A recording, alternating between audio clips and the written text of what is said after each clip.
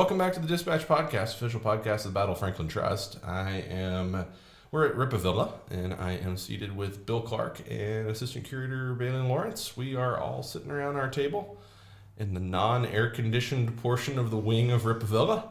So, what are we going to talk about? Secession. Wait, what? No. Wait. Yeah, we talked about this yesterday, secession. Secession. Yes, like the secession of the southern states. In fact, today, June 8th, look at that. Did you prepare for something different? All of my notes are for Secession, HBO's I hate drama that just finished. Is this your joke? Yes. I hate you so much. All my notes are about the Roy family. So I am not prepared for this. I'm not going to spoil who became the CEO in case any of our listeners are not caught up. But I was ready to talk about the Logan family. So I'm sorry. All right. Well, sorry. We're talking about secession. All right. If that was the joke that you texted about last night, I'm really upset with you. It was. Yeah. It was. That's terrible. I've been waiting on that. It's too early in the morning for that. On that. I mean, Microsoft Word always tries to change secession to succession anyways. It does. There's no winning. Word processor screws up. Bill screws up. We're all on the same page. And speaking of, like, just not being able to escape the Civil War, I was watching Ken Burns' Vietnam, and then you were like, I have time to watch Ken Burns' The Civil War. No. But then I started on a rabbit trail and started looking up photos, and then found photos of Vietnam soldiers, U.S. soldiers in Nam with Confederate battle flags. And I was like, can't even escape it in Vietnam. It's still... Civil War is still always here. with me. It is everywhere I go. It kind of makes you wonder if we're living in like a simulation, and the AI simulator that we're in just knows like, oh, there's Civil War, so we'll just make everything in their life revolve around the Civil War somehow, some way. All three of us like Star Wars, Galactic Civil War. This is true. That is true. But they didn't have a secession crisis. But they did have a Confederacy. This is true. And different. Weren't the Confederate planets breaking apart from... Bill. Yeah, they technically did because they were once in the Senate. Yes, so they had their own secession. We just worked Star Wars into a secession episode. They also had neutral planets. They did, like Kentucky. Yeah. You know, the last time we did this, it went on for about 15 minutes, and some people just turned it off and said they didn't want to hear a podcast about the Civil War that was about Star Wars. To them, I say I'm sorry. I mean... This is just what we do It's now. either that or I bash the Houston Astros. You got two choices. So if you're a Texan who likes the Astros and does not like Star Wars, we are. This is not the This podcast is not for you. I never thought we would alienate an entire section of the listener base, but whatever. So we are going to talk about secession. Yes. That period from late 1860 through the spring of 1861, where we see this kind of rash, this wave of secession sweep across the southern slaveholding states. And by February, they begin to form a provisional Confederate government. And by June, in fact, today, June 8th, 1861, Tennessee voters go and they decide on the referendum for secession, and we become the 11th and final state to leave the Union. They voted 69.8% in favor of secession. That's up from the 52-ish% in February to stay. So that's...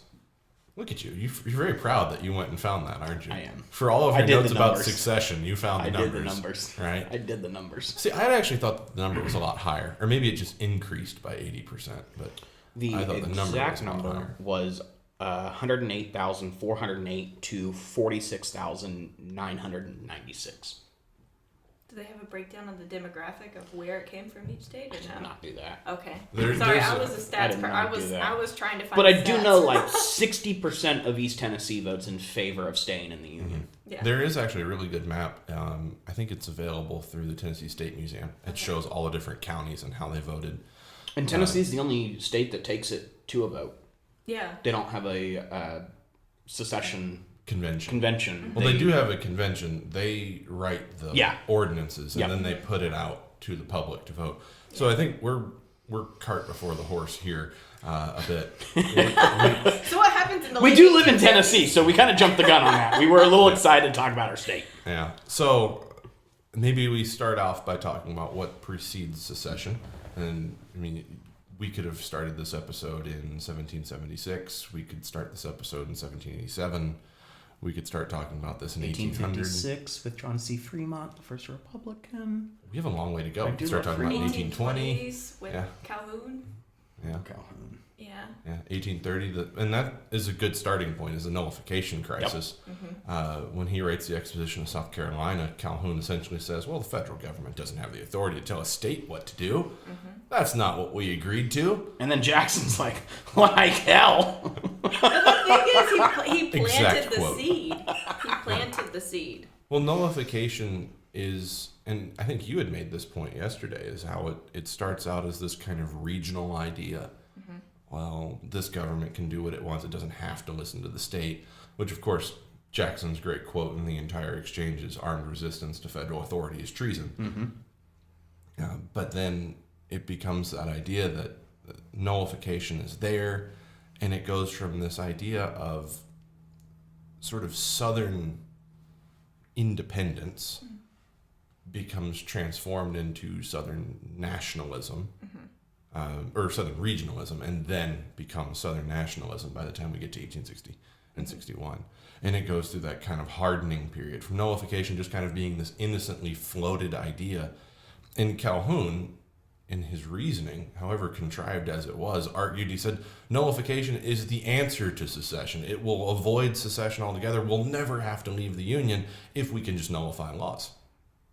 And then it becomes, well, let's just abandon the whole nullification idea altogether and just secede from the Union. And that goes through Calhoun, it goes through James Hammond, and then eventually it goes to Jefferson Davis. Why are you sitting there like your mind just got blown? Oh, I'm just listening. I'm just trying to take it all in. It's still early for me. I mean, y'all were the ones that decided at 8 o'clock. Okay? But we'd also been through 80 plus years of compromises too.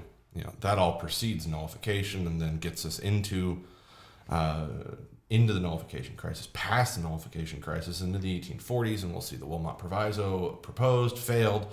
We'll see the Treaty of Guadalupe Hidalgo that gives us all that new territory out west, and then we've got to argue about whether or not slavery can exist there.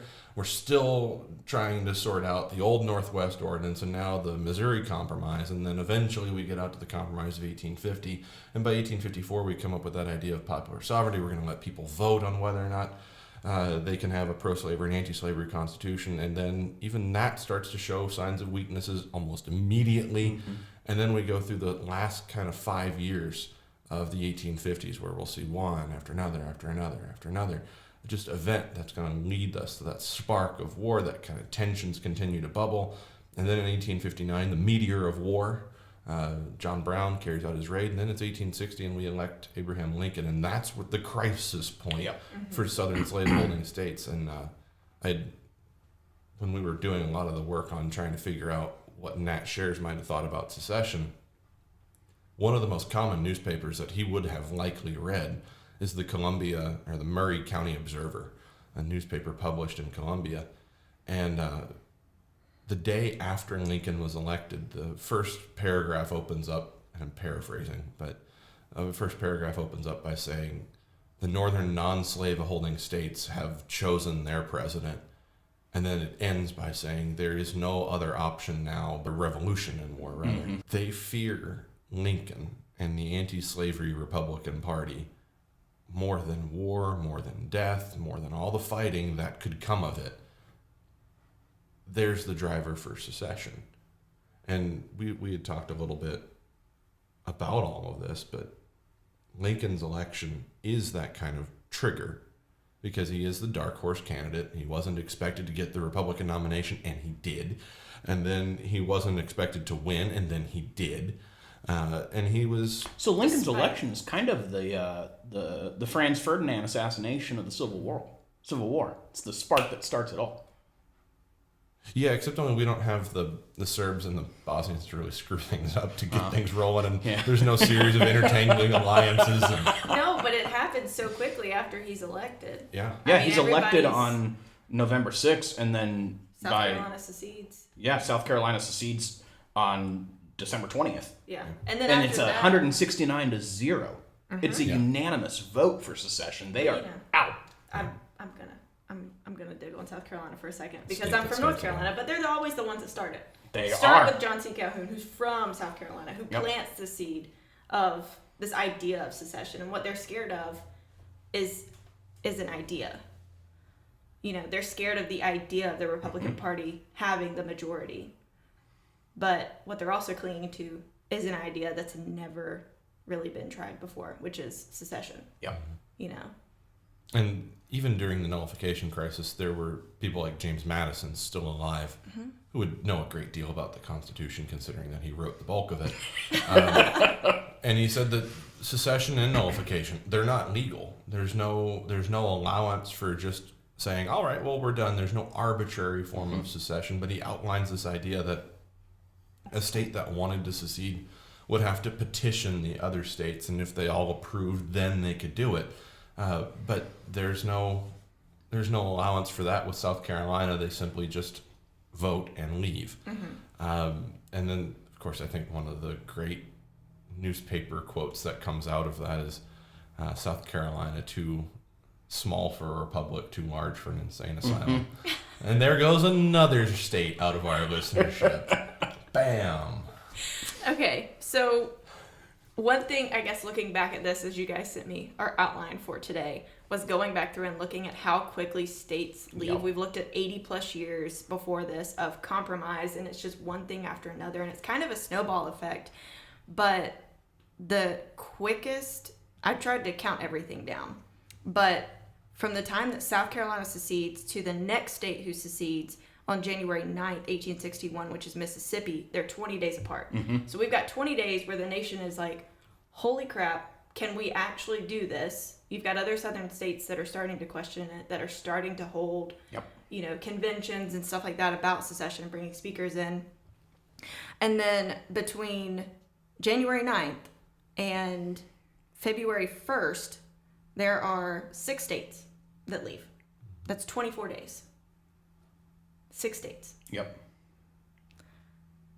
Then after that, after Texas leaves, because it's Mississippi, Florida, Alabama, Georgia, Louisiana, and then Texas on February 1st. And then we've got Lincoln's inauguration. Which also means in that period where those 6 states leave in 24 days, the Buchanan administration in that lame duck period of their president does nothing. Nothing. Nothing. They just sit back because they're like, this is not our problem right now. Yeah. This is the problem for the next while guy. Lincoln is trying to maneuver into position to say, hey, please stop. Yeah. Please don't do this. Please stop. Please stop. Please stop. And then... And that's reflected in his inaugurational speech. So The other day Joey. on tour, I was going to talk about James Buchanan, and I completely forgot his name. It was gone. And I looked at the room, and I had like 25 people on tour. I was like, all right, does anyone know the name of the 15th president? You could hear crickets chirp. No one knew his name. And I was like, that is the best description of Buchanan's presidency. But unfortunately... So you finally remembered his name. I did, yeah. But unfortunately, he's forgotten yeah. when he was terrible. One of the worst presidents. And luckily, he's forgotten for him. Dearest David Stumfel and I were actually talking about that group of presidents that immediately precedes Lincoln. And he goes, William Harrison was probably the best shot that we had. And he died 30 days in. And I was reminded of the Animaniacs song, Know Your Presidents. Yep. And it's William Harrison, how you blame him? The guy was dead in 30 days. Yep. Yep. But then he's immediately preceded by a rash of Lincoln's 2 predecessors, Pierce and Buchanan. Pierce is sort of a compromiser, Northern Democrat, hoping to try and make something work.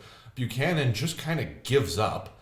And to Pierce's credit, by the time his presidency ended, he was in this kind of manic, drunken state. He was severely depressed.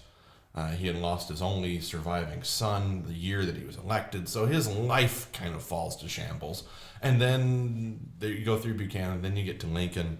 And on March the 4th, 1861, because I have to keep these things handy.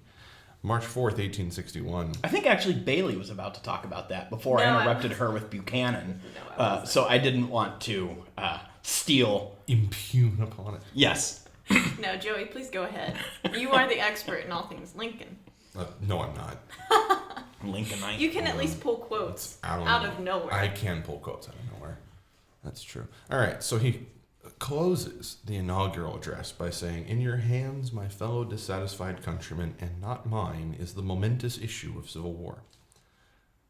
The government will not assail you. You can have no conflict without yourselves being the aggressors. You have no oath registered in the heaven to destroy the government, while I shall have the most solemn oath to preserve, protect, and defend it. I am loath to close. We are not enemies, but friends. We must not be enemies. Though passion may have been strained, it must not break our bonds of affection.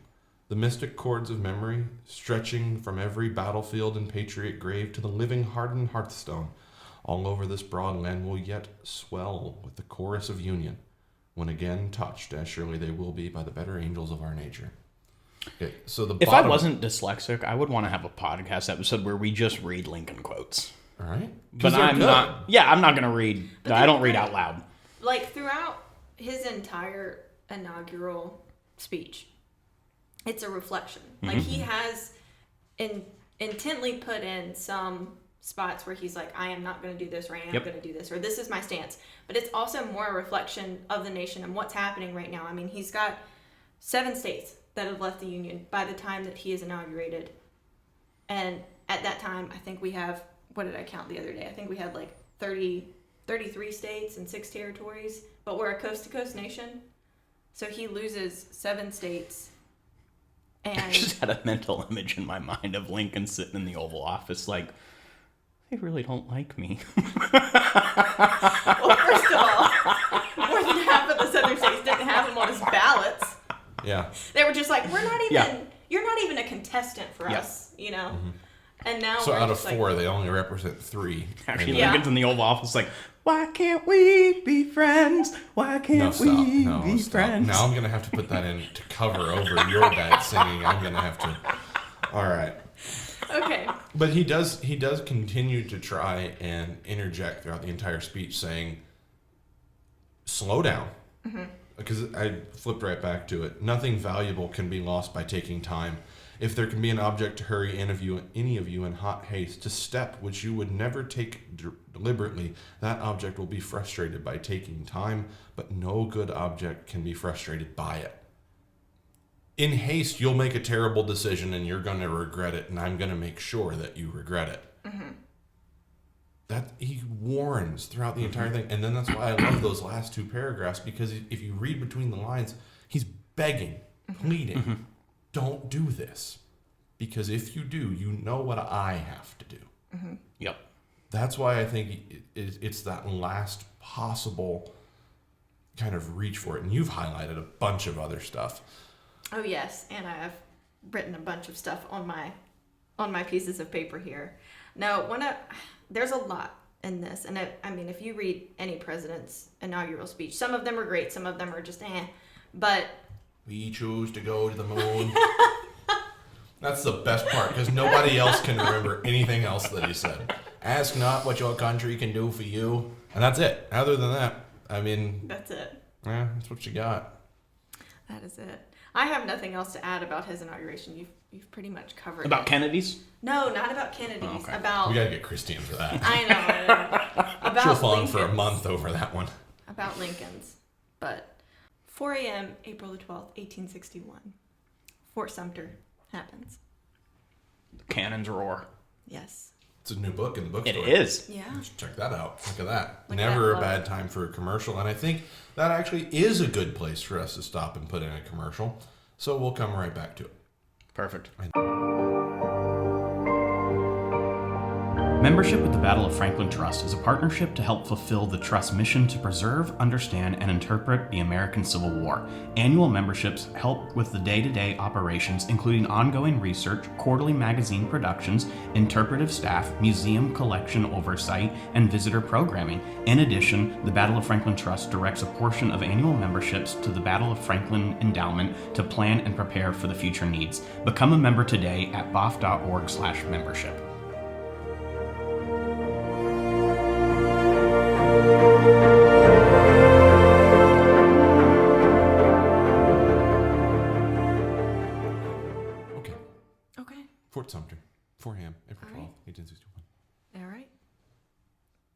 after Fort Sumter happens initially.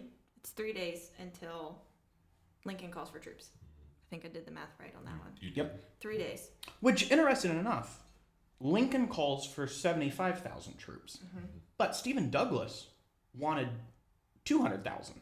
Well, the expectation was that it would be 75,000, and then over the course of another month, it would grow to 200. Yeah. 200,000. Which is interesting because I think when you think about the Civil War, you tend to kind of forget about Stephen Douglas because he dies Very early on. But he is Lincoln's biggest opponent, and then once Lincoln wins, he becomes his biggest supporter. Well, because he and realizes a rally cry for Lincoln. He realizes what the crisis at hand is. Yeah. You know, even the worst of enemies become best of friends, and I think that that's pretty illustrative of how Lincoln has to deal with all of his team of rivals. Yep. And another book we have in the bookstore. Yep. Sorry, I got you to get that book. But it's like, how does he work with people from other parties? How does he work with people who politically have always been against him? And Douglas is another great example. And they work together, you know, in quotes. Yeah. At the beginning of the war is really a testament to putting aside your political identity and your political affiliation and trying to do what's best for the country. And that's, in this moment, save it. Yep. All right, back to you, Bailey. Back to me. Okay, so we just Okay. threw a bunch of truth bombs out there. Yeah. Hand it Wow. over. Okay, so let's go with Fort Sumter. That's the first shots of the Civil War Yep. that we recognize.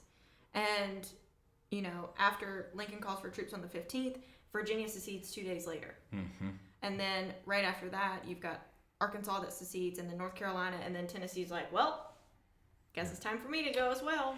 And I wonder if, this could be a hot take. I wonder if Tennessee, if they didn't have Isham Harris as governor, if they would have seceded. Well, so Tennessee had been visited by a series of secession convention or secession commissioners from its neighboring states, and they basically came here at the behest of Harris largely, but they were doing this across the southern states as they were seceding as kind of like a traveling roadshow of, hey, come join the party. We're having over here we're having Traveling independence roadshow and all or this other circus? stuff. A little bit of everything. Traveling circus. At the risk of alienating yet another portion of the listener base, an Alabama band tour across the country. Okay, never mind. No, but I think at that point, Tennessee is like, okay, I was going to say Roll Tide, but I couldn't bring myself to do it, and I didn't care about college football. just gross to like, say. I just couldn't. But they come here, they basically remind the citizens of Tennessee, remember where your loyalties lie. They don't lie with northern business interests. They don't lie with the Republicans. They certainly don't lie with Lincoln. They lie with us, your slaveholding sister states.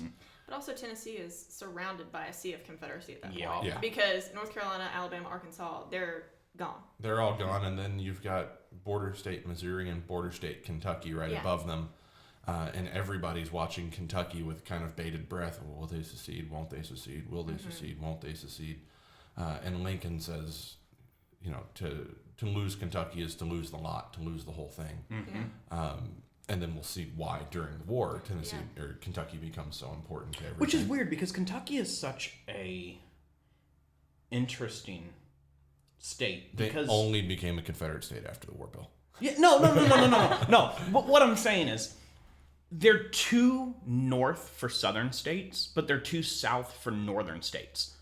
Yeah, like and they They just just hit that middle. yeah, they just hit that section. middle ground, and I'm not dogging on them in any way. It's just like even today, like politically, they're it's just interesting. It's odd. Like they are just purely unique, but they are in the South. The northern and eastern portions of Ohio have more of the kind of business interest, industrial northern kind of identity. The southern portion has that southern agricultural identity, and so Really, Illinois is that way too.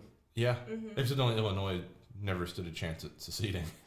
Yeah, but you do have the Illinois Rebels in the 15th Tennessee, Yeah, which are fun to talk about whenever you have people from Illinois. yeah. It's like, hey, there's some Illinois Confederates in this battle, and they're like, what? What? Anyway.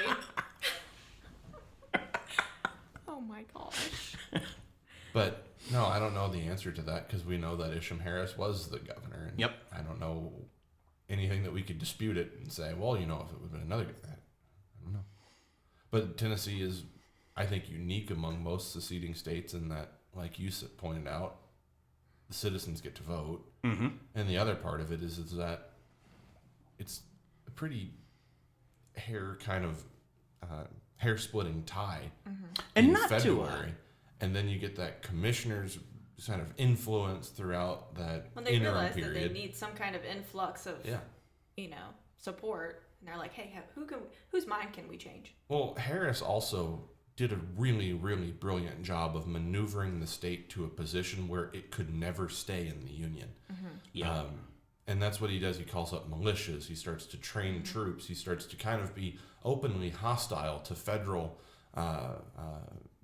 troops, federal authorities, not in like a combat, like engaged battles, but hostile in messages, hostile in personal exchanges.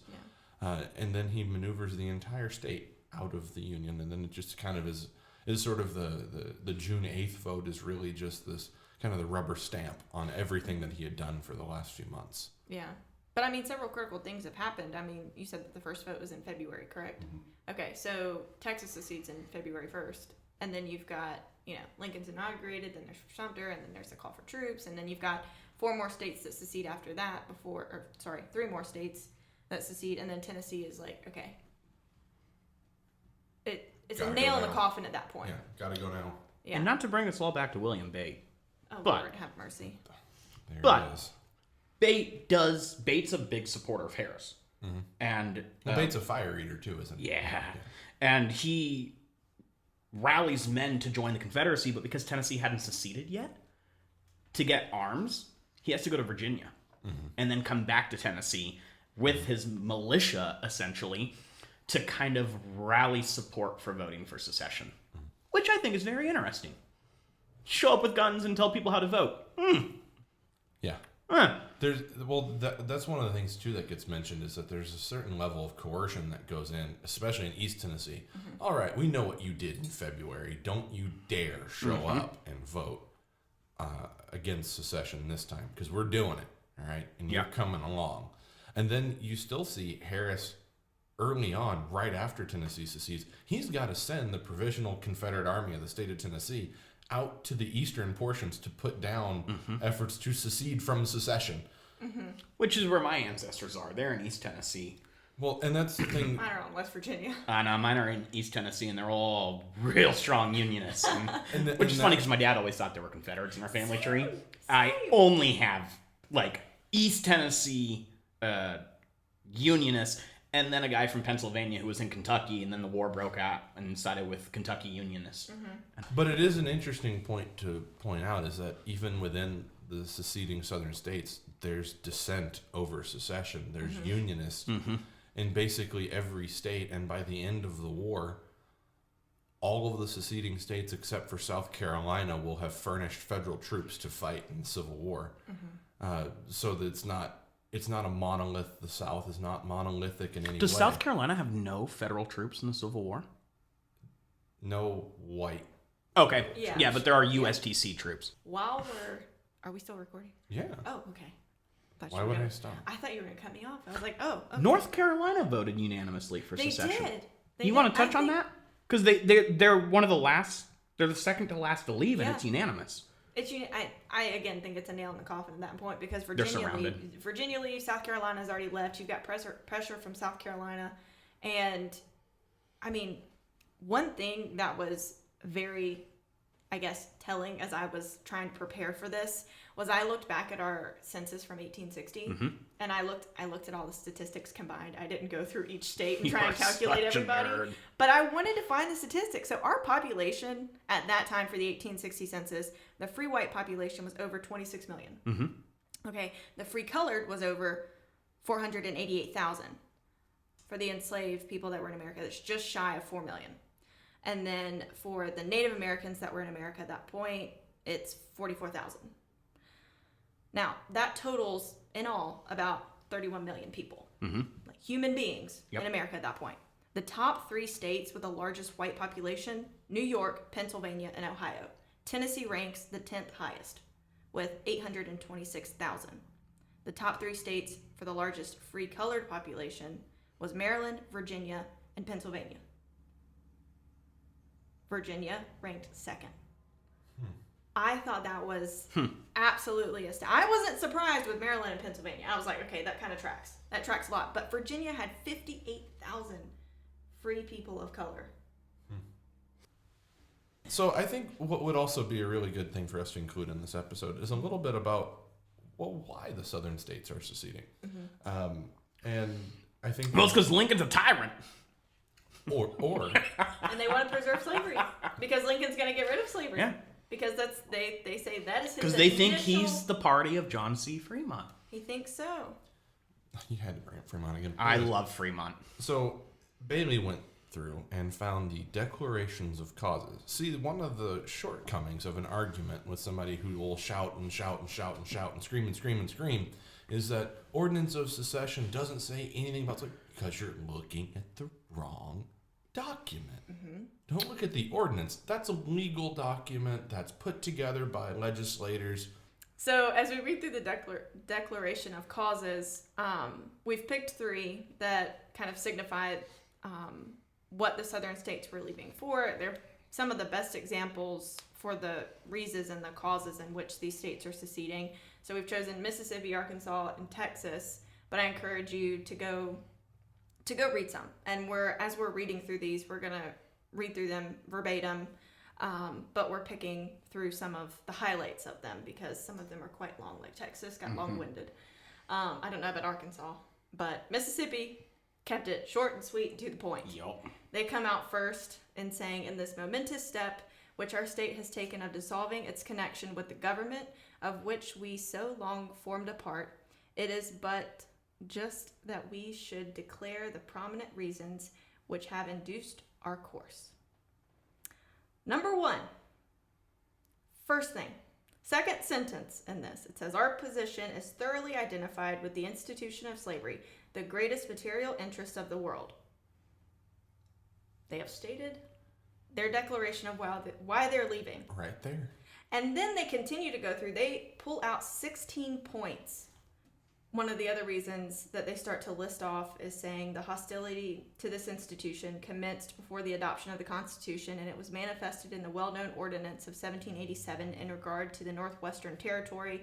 Second, they say the feeling increased until in 1819 to 1820 it deprived the South of more than half of the vast territory acquired from France, and they just continued to go on after that, listing several different key things that we've already talked about earlier in the podcast about all of these compromises and stuff like that, and saying this has been the deterioration of the institution of slavery. Last, they say, utter subjugation waits us in the Union, if we should consent no longer to remain in it. It is not a matter of choice but necessity. We must either submit to degradation and to the loss of property worth 4 billions of money, or we must secede from the Union framed by our fathers to secure this as well as every other species of property. For far less cause than this, our fathers separated from the crown of England. Our decision is made. We follow their footsteps. We embrace the alternative of separation.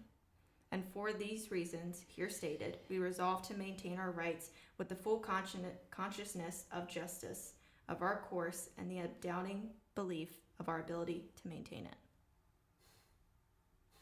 Straight out the gate, they say it's about slavery. Yep. We're sticking to it. And then they the compare reason. themselves to the founders. Yes. Yeah. All right. What about Texas? Yeah. Because I figured it's appropriate that you should read Texas. Yeah, the thing that surprised me the most is they come right out the gate and they say the 2017 Houston Astros cheated. So, well done, Texas. At least self-awareness. They is were awareness. they were like 160 years early, but they knew. All right, but seriously. So, Texas, February 2nd, 1861. Third paragraph. The first paragraph is just boring legalities. The second paragraph is just talking about the people of Texas on this day, blah, blah, blah, blah, blah. talking about where they join the Confederacy. Third paragraph, they say, she, as in Texas, was received as a commonwealth holding, maintaining and protecting the institution known as Negro slavery, the servitude of the African to the white race within her limits, a relation that had existed from the first settlement of her wilderness by the white race, and which her people intended should exist in all future time. Her institutions and geographical position established the strongest ties between her and the other slave-holding states of the Confederacy. Those ties have been strengthened by association. So that is very To the point. to the point. They also mention, in one of the last paragraphs of this, they state that in this free government, all white men are and of right ought to be entitled to equal civil and political rights, that the servitude of the African race as existing in these states is mutually beneficial to both bond and free, and is abundantly authorized and justified by the experience of mankind and the revealed will of the Almighty Creator as recognized by all Christian nations, while the destruction of the existing relations between these two races, as advocated by our sectional enemies, would bring inevitable calamities upon both and desolation upon the 15 slave-holding states. Wow, that's a... They put it right out there. Yeah, they put it right out there. It's plain. It's right in front of you. There's no question into why any state secedes at this point. Mm-hmm. They're quite, not cutthroat, it's not the right word, but they're direct. They are direct. Very direct. Also, if you listen to me read that and you were like, that's not how that word is pronounced, just know I am dyslexic and it is very challenging for me to read documents out loud. As a disclaimer, by Bill Clark. He tried real hard. An attempt was made. You didn't see the way that his face was flexing to try and get some of those words out. Look, last night I had to practice. It was like, this makes me feel awful that I have to practice reading the Declaration of Secession. You know? You got to practice. You got a chance to sound it out and work through it. Yeah. We just found Arkansas because Bailey didn't print it. So, here we go. Dry run. So it's my fault? I printed 2 out of the 3. Whatever. We, the people of the state of Arkansas, in convention assembled, in the view of the unfortunate and distracted condition of our once happy and prosperous country, and of the alarming dissensions existing between northern and southern sections thereof, and desiring that a fair and equitable adjustment of the same may be made, do hereby declare the following to be just causes of complaint on the part of the people of the southern states against their brethren of the northern or non-slaveholding states. So already in the opening, they've told you, this is our thesis statement, and here's where we're going. Number 1, right out the Number gate. 1. The people of the northern states have organized a political party purely sectional in its character, the central and controlling idea of which is hostility to the institution of African slavery as it exists in southern states. And that party has elected a president and a vice president of the United States pledged to administer the government upon principles inconsistent with the rights and subversive of the interest of the people of the southern states. Number 3.